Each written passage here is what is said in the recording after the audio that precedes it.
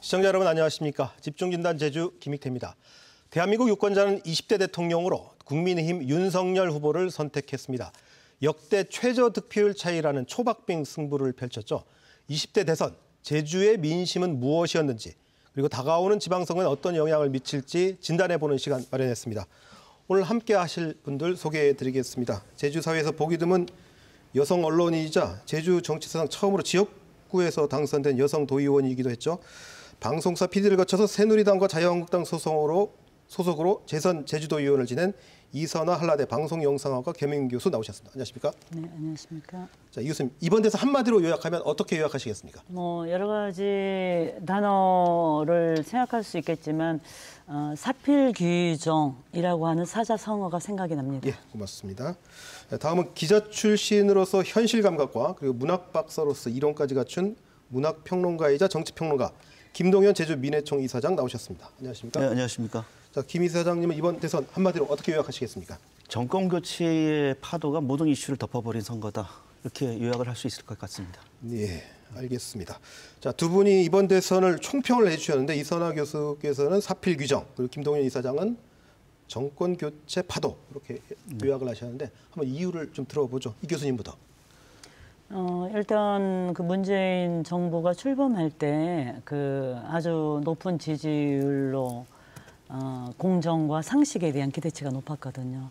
하지만 그 조국 사태로 인한 내로남불 그리고 이런 말 좀 그렇지만 뭐 민주당 고위 당직자들의 성추문 그리고 그 부분에 대한 민주당 의원들의 그 부적절한 발언들이 있었고 그리고 무엇보다도 부동산 정책 실패로 인해서 이렇게 실망감이 컸죠. 그래서 모든 길은 바르게 돌아가는 게 맞지 않은가라고 하는 사필 규정이라는 그런 사자성어를 제가 좀 생각을 했습니다. 알겠습니다. 김 이사장님도 정권 교체 파도라고 하셨는데 결국 뭐 같은 맥락일 것 같아요. 같은 맥락이죠. 그러니까 결국 이번 선거 좀 독특한 게 국민들이 누가 잘해서 선택한 선거가 아니라는 거잖아요. 그러니까 그동안 뭐 부동산 문제도 있고 뭐 내로남불 여러 가지 지적했던 부분들이 있습니다만 촛불 이후에 5년 동안의 문재인 정부가 보여줬던 여러 가지 모습에 대해서 일단 많은 대다수의 국민들이 좀 실망했던 부분들. 그래서 윤석열 후보가 좀 뭔가 못마땅하고 좀 미덥지 않다 하더라도 윤석열 후보라고 하는 사람을 통해서 지금 현 문재인 정부의 채찍질을 든 게 아닌가. 그래서 그게 정권 교체에 대한 열망으로 나타나는 것이고 그게 이제 이재명 후보나 민주당 쪽에서는 그걸 감당하기 상당히 어려웠던 게 아닌가 이렇게 보입니다. 또, 예, 그리고 사필 규정이라고 하는 게 비단 뭐 문재인 정권에 대한 것만이 아니고 이제 새로 시작하는 윤석열 정부에서도 이 부분은 마음에 새겨야 된다고 생각을 합니다. 네, 알겠습니다. 자, 그럼 하나씩 좀 세부적으로 들어가 보도록 하겠습니다. 자, 사필 규정이고 정권 교체 열망이다라고 분석을 해주셨는데 똑같이. 그런데 왜 표는 역대 최저 득표율일까? 0.73%밖에 차이 안 났거든요. 사필 규정이면 압도적인 승리를 해줘야 되는 게 맞는 것 같은데 결과로는 그렇습니다. 자, 개표 결과에서 한번 전국적인 판세 분석 한번 해주시죠. 그러니까 제가 아까 말씀드렸지만 이게 결국은 누구가 잘해서 승리한 선거가 아니라는 겁니다. 그러니까 역대급 비호감 대선이라고 하는 얘기를 하죠. 물론 뭐 그렇게 된 데에는 여러 가지 이유가 있습니다만 보수 유권자든 아니면 뭐 민주당 지지를 하시는 분들 가운데서도 자기 당의 후보 또는 상대방 후보, 자기 당의 후보에 대한 어떤 지지나 이걸 선택 보내기가 상당히 어렵다라고 이야기하시는 분들도 있거든요. 그럼에도 불구하고 윤석열 후보가 당선된 거는 결국 그런 부분들, 그러니까 좀 못 믿었지만 과연 윤석열 후보가 대통령으로서 제대로 역할을 할 수 있을지에 대한 의문이 있지만 지금 현 정권에게 표를 주기 싫다라고 하는 이 비호감, 뭐 이런 것들. 그리고 민주당에서도 마찬가지죠. 그러니까 이재명 후보에게 뭔가 표를 주고 싶지만 뭐 이재명 후보가 표를 주면 윤석열 후보가 될 것 같다. 그러니까 여러 가지 어떤 그 상대방 후보에 대한 비호감 그리고 비토라고 하는 여러 가지 다양한 어떤 선거표의 분석들이 결국은 이제 역대 최저 득표. 그러니까 어느 누구도 압도적인 승리를 하지 못하는 이런 어떤 가장 헌정사상 초유의 벌어진 게 아닌가라는 좀 생각을 해봅니다. 네, 이 교수님께서는 어떻게 보십니까? 사실 우리 김 박사님 말씀이 다 맞으신 거죠. 또 덧붙인다면 이번 선거에서 좀 제가 아쉽게 보는 부분은 지역 갈등이라고 하는 이의 분열이 더 강해졌고, 그리고 세대 갈등, 계층 간의 갈등 그것도 강해졌고, 또 하나 추가가 된 게 있어요. 젠더 갈등. 이대남과 이대녀라고 하는 그 부분에 대한 젠더 갈등으로 사실은 선거가 진화되지 못한 겁니다. 민주주의의 꽃이라고 하는 것이 선거인데 이번에 0.73의 승부는 많은 교훈을 시사하고 있다고 봅니다. 그러니까 저는 그런 생각이 들어요. 그러니까 우리가 어떤 대선이라고 하는 게 일종의 보면 역대 대선에서 시대 정신이라고 하는 것들이 있었잖아요. 근데 지금의 이번에 대선은 어떤 시대 정신이라고 하는 게 좀 실종됐다. 그러니까 어떤 비전을 보고 유권자들이 후보를 선택하는 게 아니라 보수 유권자들 입장에서는 지금 정권에 대한 날카로운 칼로 윤석열 후보로 좀 선택한 게 아닌가라는 생각이 좀 들거든요. 그런 심리들. 그런 심리들이 결국은 상대 후보에 대한 강력한 공격들. 그러니까 지금 보세요. 그러니까 윤석열 후보가 선거 기간 동안 했던 메시지를 보면 대단히 이제 거친 언사들이잖아요. 결국 이제 자기의 비전을 보여주기보다는 상대방에 대한 비판이 상당 부분 차지했다는 것은 결국 보수 유권자들의 표심이 어디에 있는지를 윤석열 후보나 국민의힘 쪽에서도 좀 정확히 좀 분석하고 있었다 이렇게 볼 수 있겠죠. 기본적으로 그 촛불 탄핵 정국으로 탄생했던 그 문재인 정권이 촛불 탄핵으로 그 많은 어떤 시민 정신이라고 하는 부분에 있어서의 실험이 실패를 한 거죠. 그리고 그 부분에 있어서 이제 그 윤석열 그 대선 후보와 그의 전략진들이 그 부분을 잘 파고든 것이라고 봅니다.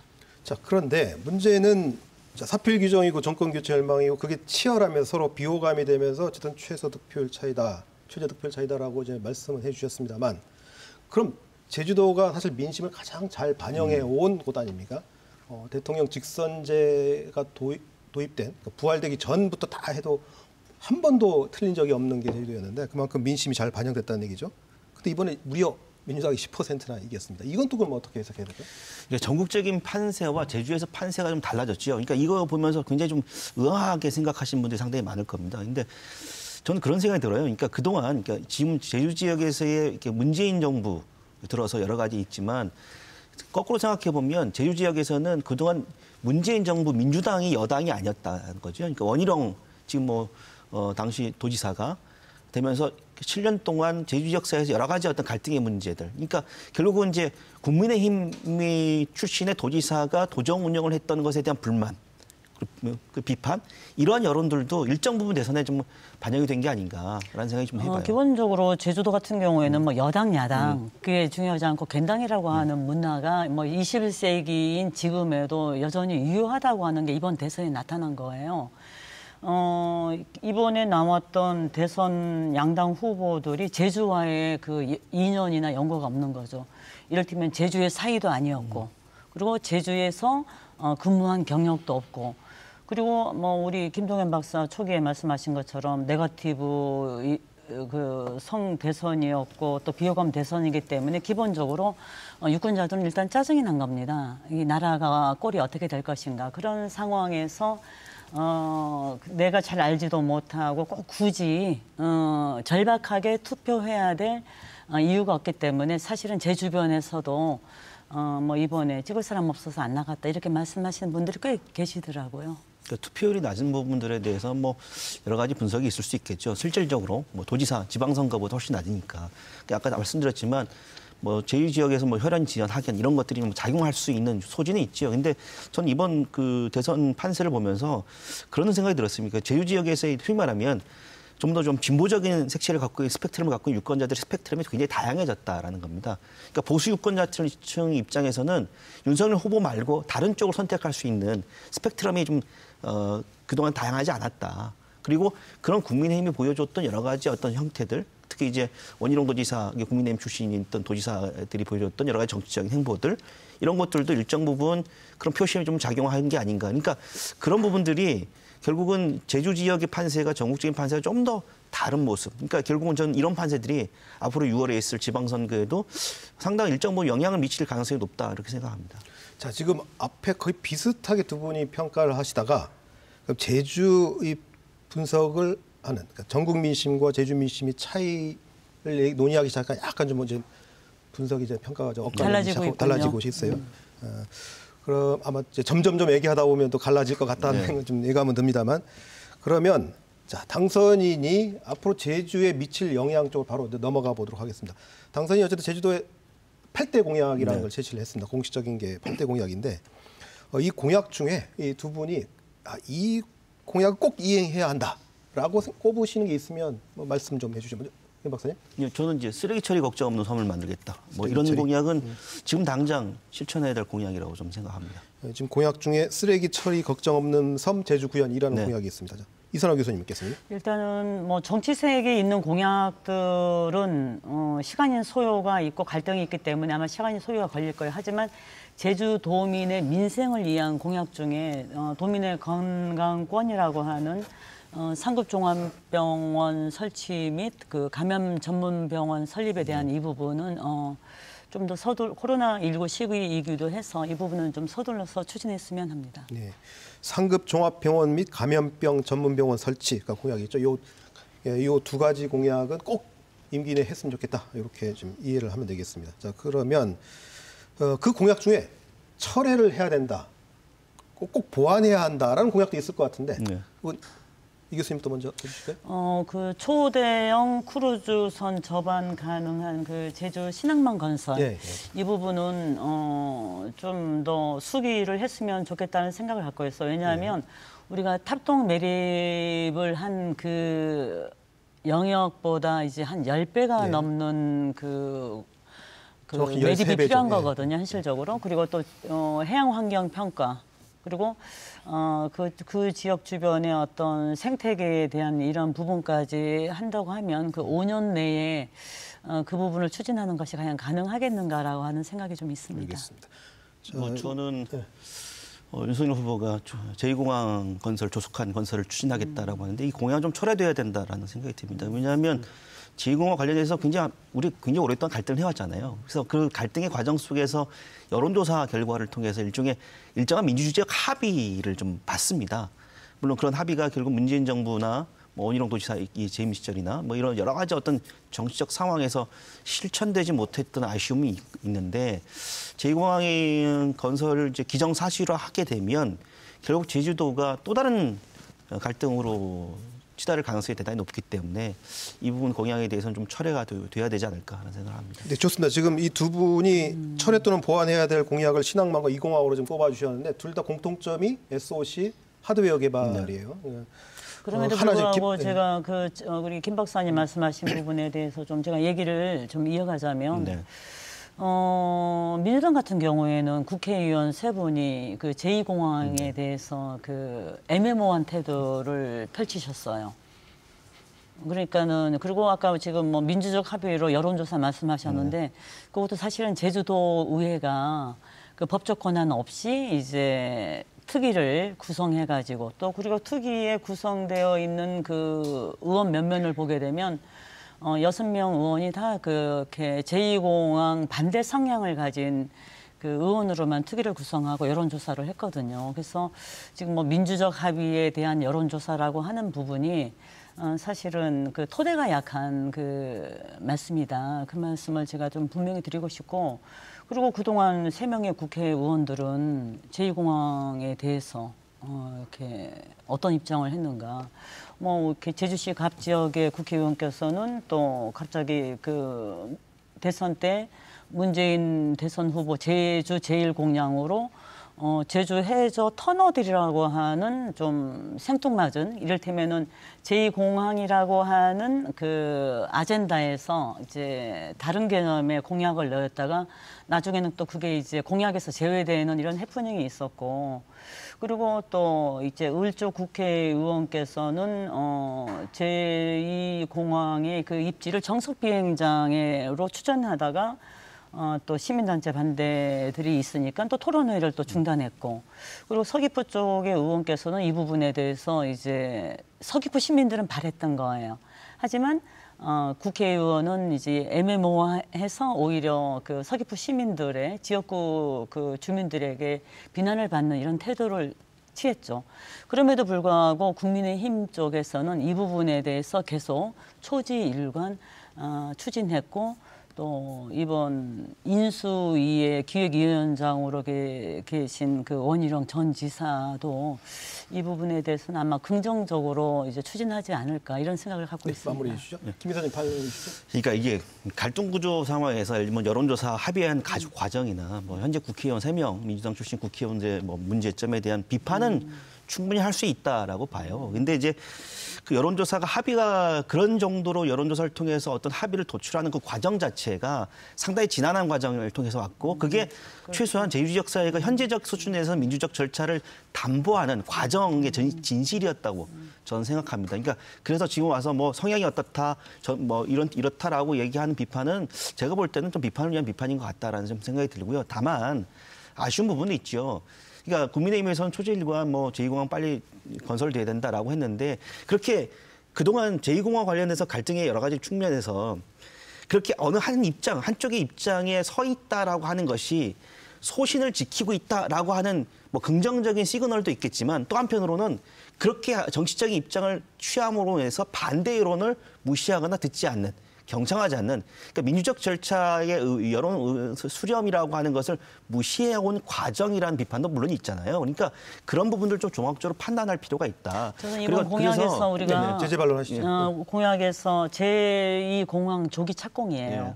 근데 저도 약간 전제 조건을 달고 싶은 거는 뭐 이렇게 조속 추진하게 되면 이게 또 지지부진해져서 저는 그 윤단성자나 그 공약에 대선 공약에 조기 착공이라는 단어를 넣은 것 같아요.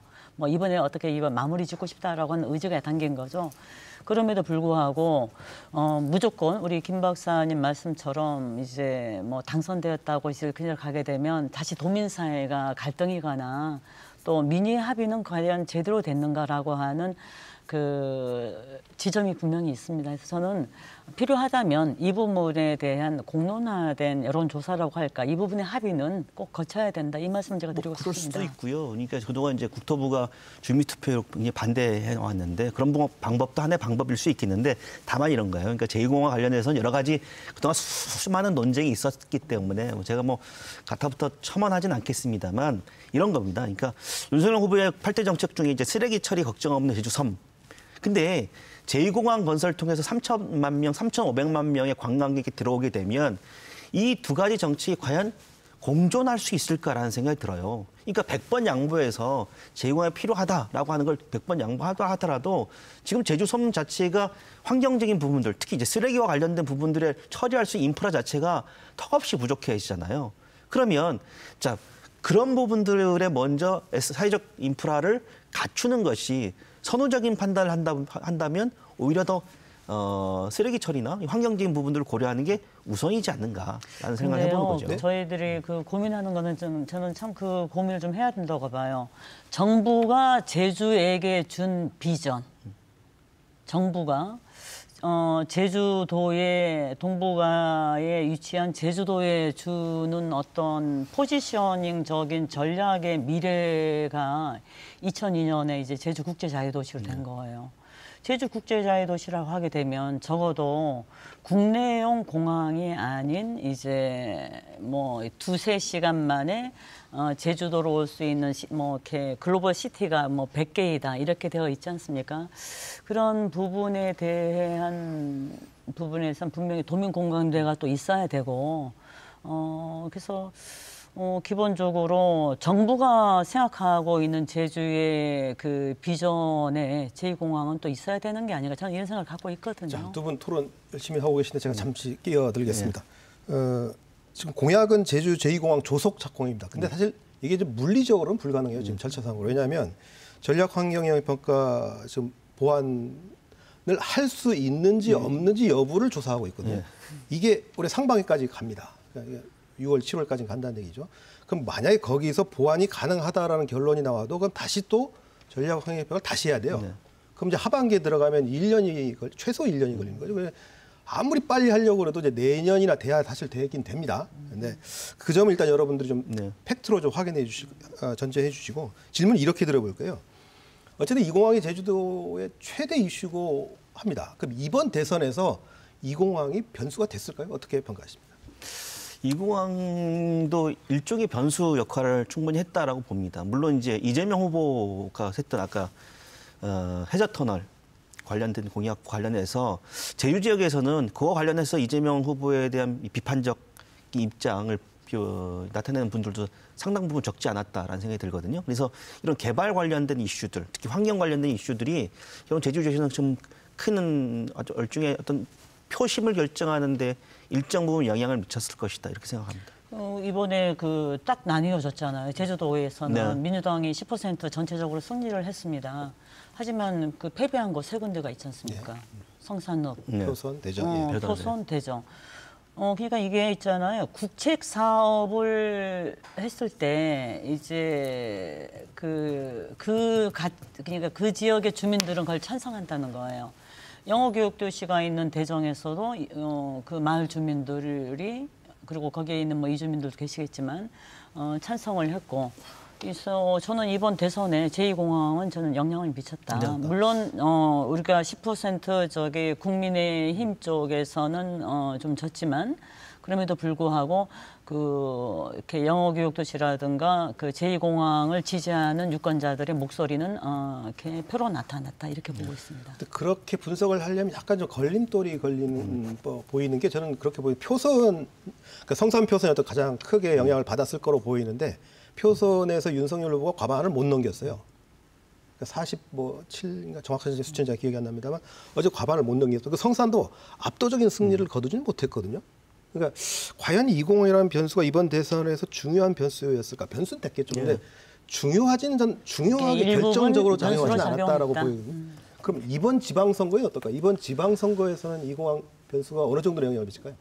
지방선거에는 제2공항 이슈가 중요하게 작용할 것으로 보여요. 왜냐하면 이제 대통령 선거의 문제와 좀 지방선거의 문제는 맞아요. 다르게 판단이 될 텐데, 그러니까 원희룡 도지사가 재임 시절에도 제2공항 문제가 와서 원희룡 도지사를 굉장히 비판하는 목소리도 높았잖아요. 그러니까 그게 뭐냐면 국책 사업이니까 국가에서 결정하는 거지만 그 제2도민들이 요구가 뭐냐면 제2도민이 갖고 있는 여론들, 그러니까 찬성 여론이든 반대 여론이든 어떤 특정 하나의 입장을 선택하지 말고 제주 지역의 여론을 과감없이 전달해서 제주 지역이 가질 수 있는, 그러니까 어떤 민주적인 의견 수렴의 창구로서의 역할을 기대하는 분들이 상당히 많았기 때문에 아마 제2공항 관련해서도 이제 윤석열 정부가 탄생이 되고 나면 결국 이제 입장이 명확하기 때문에 결국 그런 갈등 구조 속에서 도지사의 역할이 상당히 중요해지지 않을까?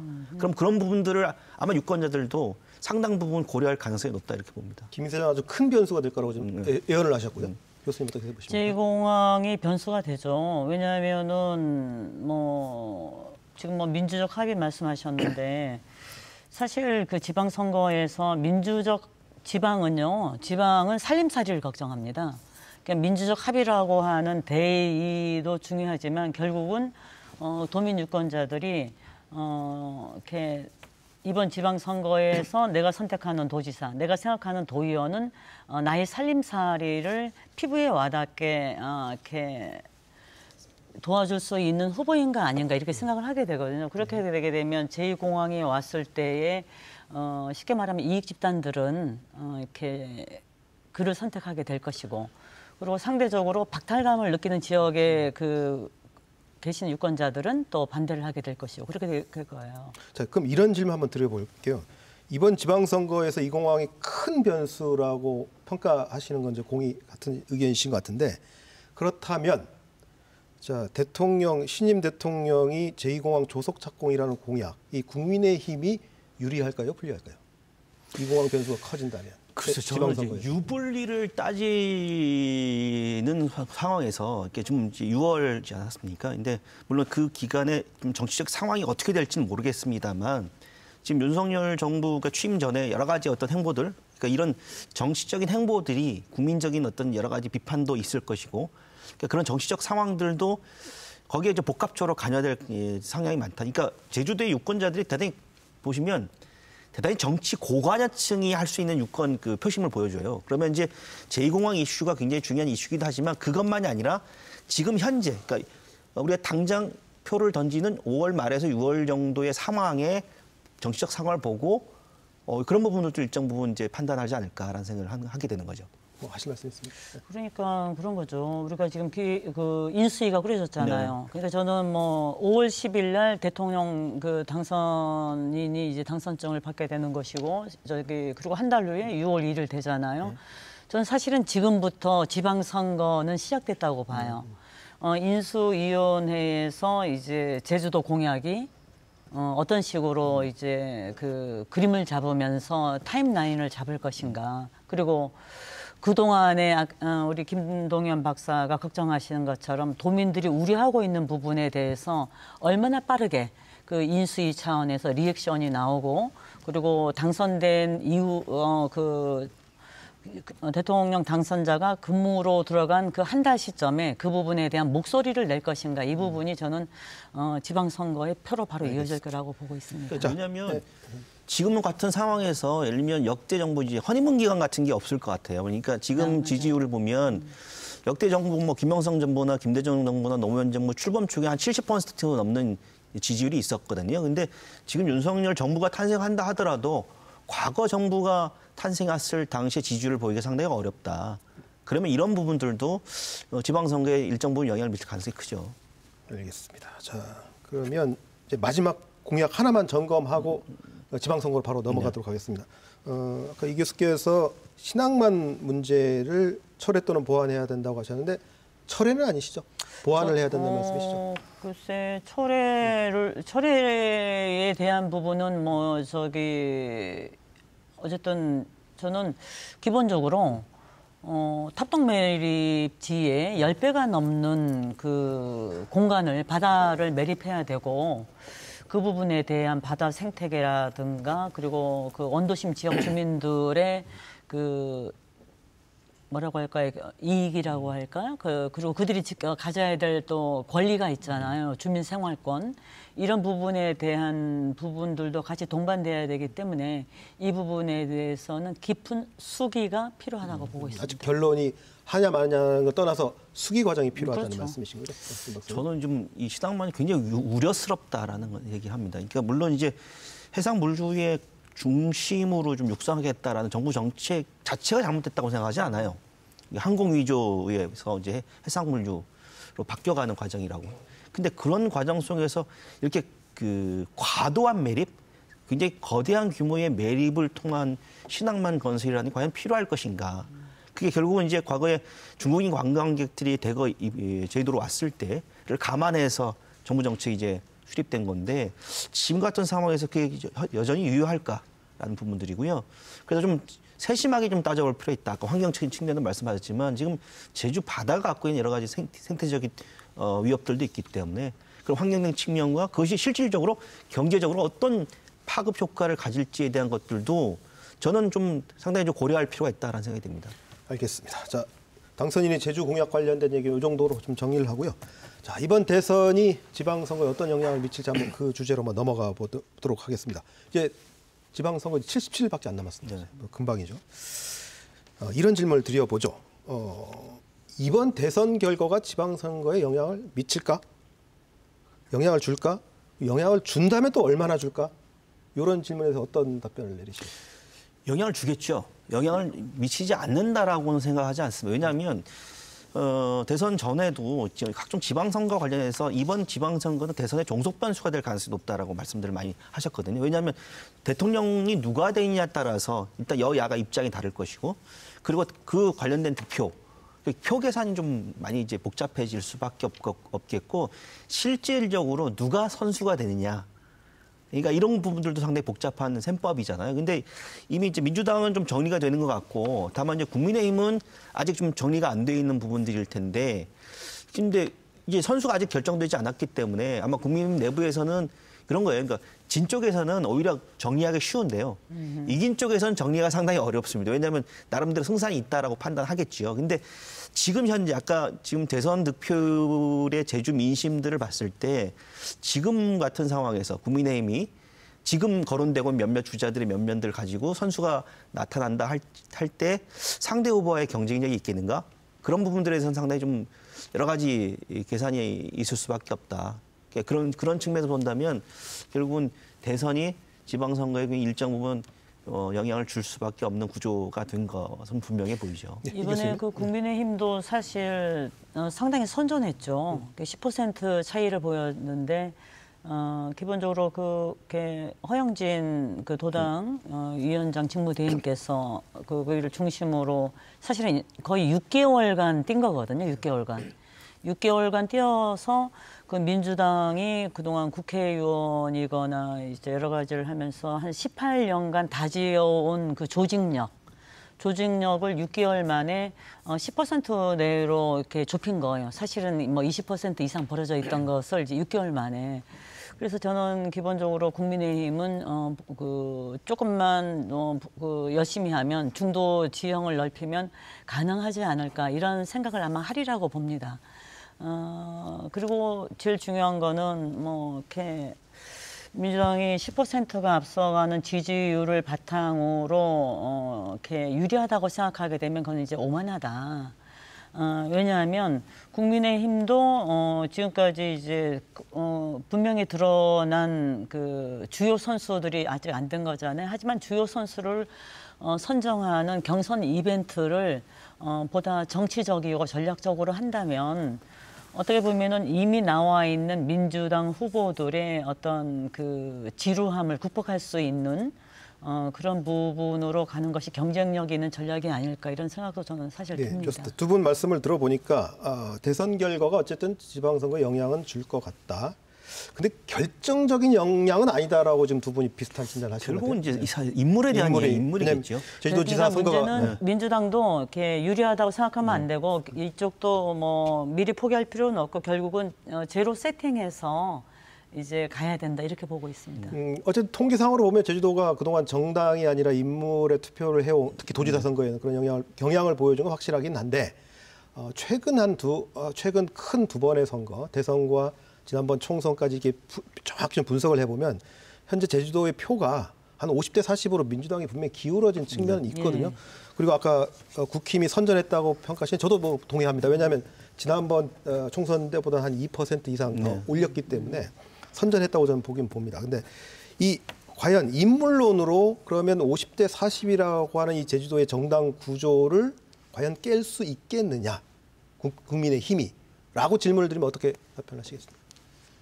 글쎄요. 지금 그래서 쉽지 않은 것 같아요. 그래서 지금 전략공천 얘기가 나오고 있는 이유도 지금 아마 이미 이제 민주당 쪽에서 누가 나올지 경쟁 상대가 이제 보이고 있는 상황이잖아요. 그러니까 국민의힘에서는 선택을 해야 될 상황인데 그 전략공천 얘기가 나온다는 건 지금 가지고는 쉽지 않을 것이다라고 하는 판단을 하고 있는 게 아닌가라는 생각을 해봐요.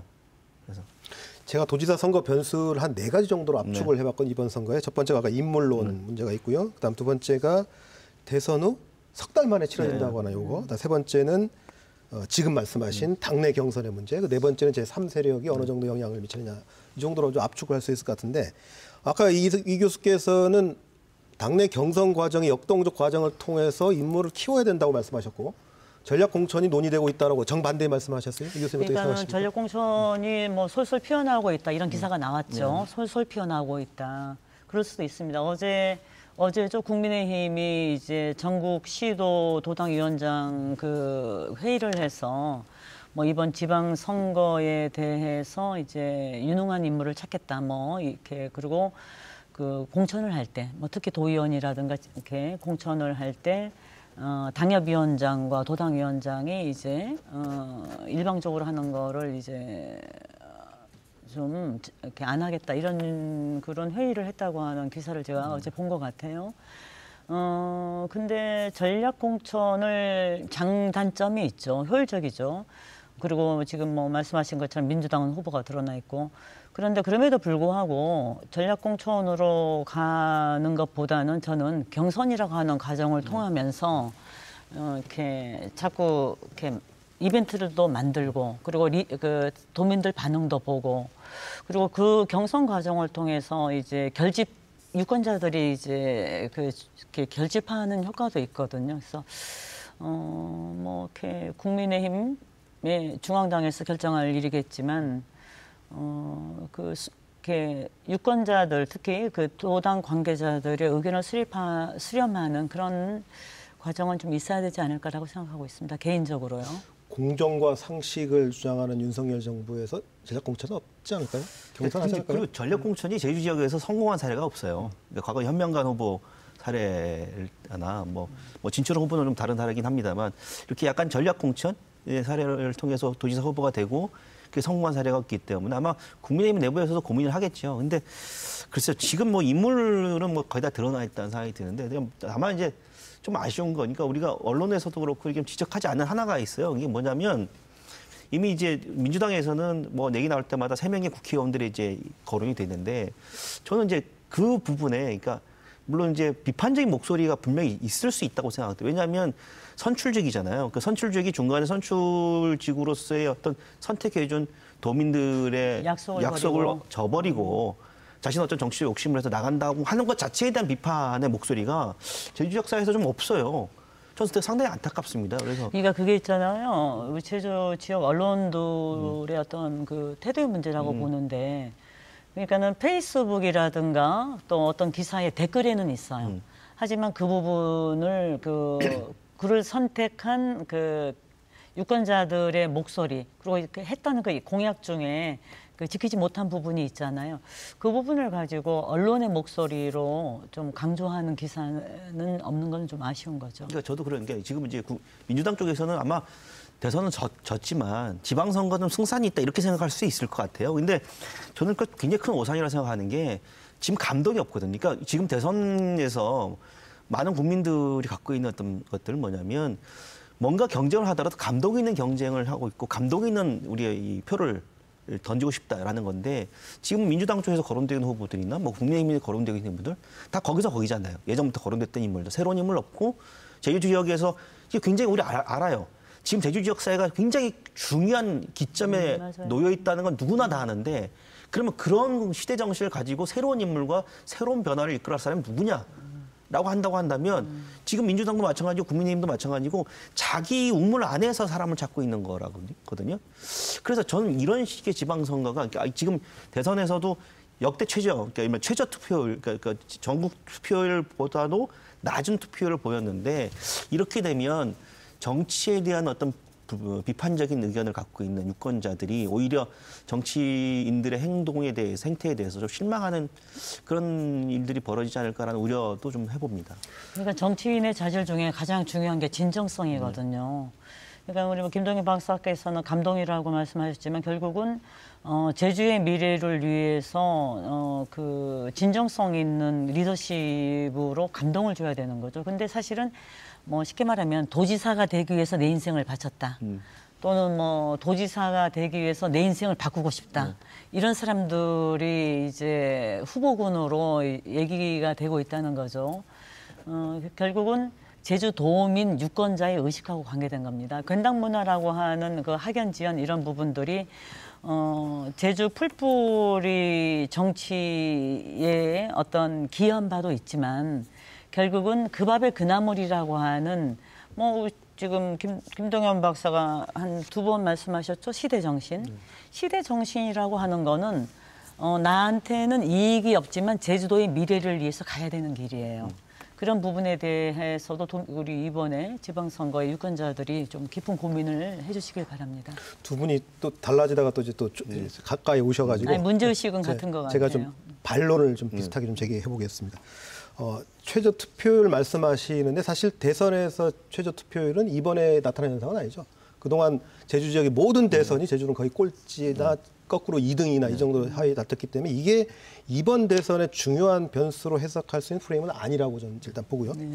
두 번째 그 정치인에 대한 새 인물에 대한 욕구를 말씀하셨는데 저는 약간 좀 다른 생각을 가져요. 왜냐하면 정치라는 건 검증받아야 되는 자리라고 보거든요. 그러니까 아무리 뭐 어느 분야에서 뛰어난 능력을 갖췄던 사람이라 하더라도 새 인물이니까 쓴다? 과연 이게 맞을까요? 이게 정치 문법이 맞나요, 이게? 그러니까 이런 거죠. 그러니까 지금 우리나라 정당이 갖고 있는 이 인물에 대한 인력풀이 그 당에서 이런 거죠. 전략공천이니까 당에서 찾는 것이 아니고 당 밖에서 찾는 거거든요. 근데 지금 뭐 제주도에 있는 민주당 제주도당이나 국민의힘 제주도당 내에서 당 안에서 인력들을 키우고 있는가? 그게 아마 지금 지방선거가 가까워오면 비례대표가 누가 되느냐를 보면 알 것 같아요. 그러면 이제 과거와 같은 예를 들면 소위 말했죠.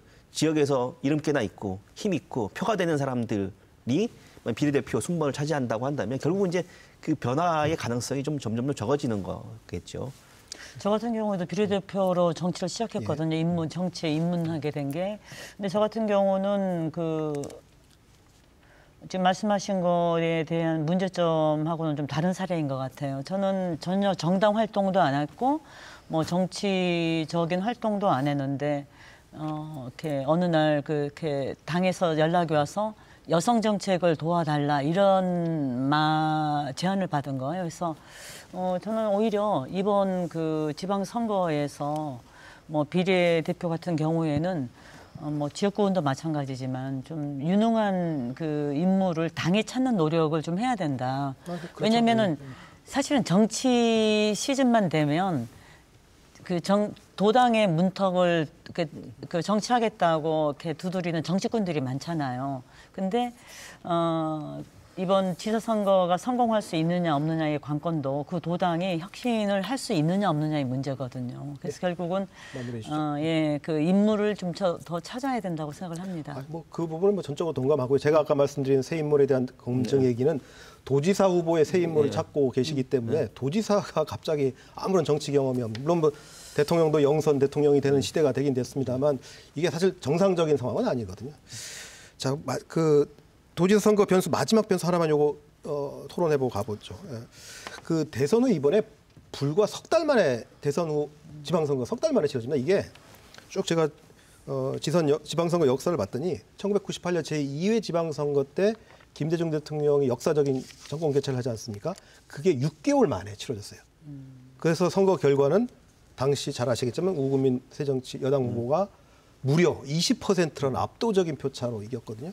이게 아마 대선이 지방선거에 영향을 미치는 대표적인 사례라고 보여지는데 이번은 더 적은 3개월입니다. 근데 이번에 어쨌든 양강 구도가 되긴 되겠지만 제3세력 후보들이 여러 후보들이 나오겠다고 보고 있습니다. 잘 아시겠지만 정의당, 녹색당, 제주가치 등등 좀 나오고 있는데 자, 이분들 제3세력이 만약에 이게 지금은 5대4라고 우리가 민주당과 국민의힘이 대선 결과로 그렇게 분석을 했지만 이게 치열하게 이루어지고 아까 같은 3개월이라고 하는 변수 등 여러 가지에서 좁혀졌을 때 제3세력이 과연 영향을 미칠 수 있을까? 어떻게 보십니까? 저는 변수가 될 가능성이 대단히 높다라고 봅니다. 왜냐하면 이제 어차피 양강 구도가 될 가능성이 높고요. 지금 제주 지역의 대선 표심을 보서는 그러니까 결국은 1대1 구도가 되면 득표 차이가 크게 나지 않을 것 같다라는 생각이 좀 조심스럽게 전망해보고 그런 상황에서 그 시민정치 세력이랄까요? 뭐 녹색당도 있고 정의당도 있고 제주가치도 있고 시민정치 세력이 갖고 있는 영향력 일정 부분 뭐 지금 당장으로는 크게 뭐 지지율 상에 크게 보이지 않겠지만 진짜 이거 지방선거가 돌입하게 되면 무시 못하는 지지율, 무시 못하는 정치적 영향력을 가질 가능성이 높고 그러면 국민의힘보다는 민주당 쪽에서 상당히 좀 불안하겠죠. 그러면 저는 민주당 쪽에서는 일면 시민정치와의 연합, 그러니까 시민들과의 어떤 정치 협치를이라고 하는 것을 통해서 뭐 이런 구도를 좀 돌파할 수 있는 가능성, 여러 가지 어떤 정치적인 공학적으로 이런 것들도 나올 수도 있겠다. 저는 생각합니다. 이 교수께서 어떻게 일단 생각하십니까? 그 녹색당, 정의당 이제 그 시민정치연대인 제주가치잖아요. 그 제3세력 지대가. 물론 분발할 겁니다. 지난번에는 녹색당에서는 이제 지사 후보 이렇게 고은영 후보가 나와서 아주 신선함을 줬고 국민의힘 계열도 이겨버렸죠. 네. 네, 그래서 이런 그 과정을 통해서 유권자 의식도 달라지는 거예요. 그럼에도 불구하고 결국은 양당의 싸움이 될 것이다. 하지만 제3세력이 지금 뭐 이렇게 그 단일화를 한다고 뭐 이렇게 여러 가지 논의들이 지금 이루어질 거지 않습니까? 그런 과정에서 유권자들의 의식들은 이제 아주 영향을 미칠 것이지만 결국은 국민의힘하고 민주당의 싸움이 될 것이다. 그러니까 양강 구도가 되는 건 맞아요. 근데 이제 결국은 지지율 격차가 좁혀지게 되면 이 제3세력이 갖고 있는 걸 지지하는 분들, 유권자들 표심들을 어떻게 할 것인가 이렇게 당락에 결정을 미칠 가능성이 높죠. 민주당이 뭐 합당까지는 아니더라도요. 안 할 걸로 제가 그러니까 물론 이제 시민정치 세력들이 어떤 정치적 판단할지 모르겠으나 그렇게 되면 정치는 생물이기 때문에 그런 어떤 정치적인 현실 속에서 어떻게 바뀌어 갈지는 아직 좀 미지수인 관전 거죠. 포인트인 거죠. 우리가 좀 주목해봐야 할 네. 부분이 아닌가라는 생각이 듭니다. 알겠습니다. 자, 더 토론하고 싶습니다만 벌써 약속한 마무리 시간이 됐습니다. 자, 한 1분 정도씩 마지막으로 오늘 토론 마무리하면서 시간 드리도록 하죠. 먼저 김 박사님께서 1분 주시죠. 뭐 정치의 시즌 되면 정치에 대한 혐오 그리고 정치에 대한 냉소가 상당히 좀 많죠. 근데 그런 냉소와 혐오를 조장한 데는 양당 정치라고 하는 적대적 공조, 동거가 굉장히 중요하게 용어로 작용했다고 봅니다. 그러니까 지금 국민의힘이 됐든 여당이 이제 되는 국민의힘이든 민주당이든 이 양당 체제 극복을 위한 그리고 새로운 어떤 정치 세력의 진입을 위한 정치 제도 개혁에 좀 매진했으면 좋겠다. 그게 지방 정치를 바꾸고 우리나라의 정치를 바꾸는 첫걸음이 아닌가라는 생각을 해봅니다. 네, 지방 정치를 바꾸는 첫걸음은 양당 정치의 변화도 중요하지만 좋은 인물이 정치를 하는 것이 중요합니다.